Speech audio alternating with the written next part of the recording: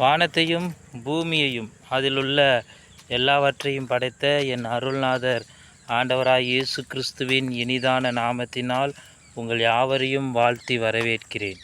இந்த நாளில் நாம் கொஞ்ச நேர சிந்தனைக்காக பார்க்கக்கூடிய பகுதி, இன்றைக்கி அநேகர் பயப்படக்கூடிய காரியம், மனிதர்கள் நமக்கு விரோதமாய் தீமையான காரியங்கள் செய்யும் பொழுது, விரோதமாய் பிசாசுடைய கிரியைகளை செய்யும் பொழுது பயப்படுவார்கள். மந்திரமோ செய்வினையோ ஏவுதலோ பில்லி சூனியமோ எப்படிப்பட்ட கிரியை செய்தாலும் அதை கண்டு பயந்து கொண்டு இருப்பார்கள். ஆனால் ஆண்டவராக இயேசு கிறிஸ்து சொல்லியிருக்கிறார், பயப்படாதிருங்கள் என்று. நீ அவர்களுக்கு பயப்படாதே என்று, உன் இருதயம் கலங்காமலும் பயப்படாமலும் இருப்பதாக என்று சொல்லியிருக்கிறார். அந்த கிரியைகளை கண்டு நீங்களும் நானும் பயப்படக்கூடாது. ஏனென்றால் நம்மளோடு இருக்கிற தேவன் பெரியவர்.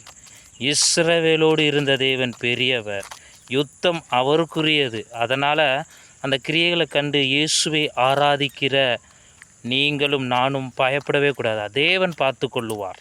மந்திரம் செய்யட்டும், செய்வினை செய்யட்டும், என்ன வேணாலும் செய்யட்டும், தந்திரங்கள் செய்யட்டும், சதித்திட்டங்கள் செய்யட்டும், எது செய்தாலும் தேவன் பார்த்து கொள்ளுவார்.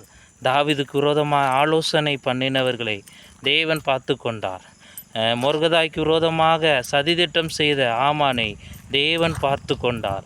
அதே போல உங்களுக்கு விரோதமாக எப்படிப்பட்ட சதித்திட்டம் செய்யலாம்?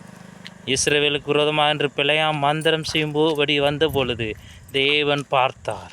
அதே போல் உங்கள் வாழ்க்கையும் தேவன் பார்ப்பார். பயப்படாமல் இருங்க. ஆண்டவர் உங்களை ஆசீர்வதிப்பாராக. ஆமென்.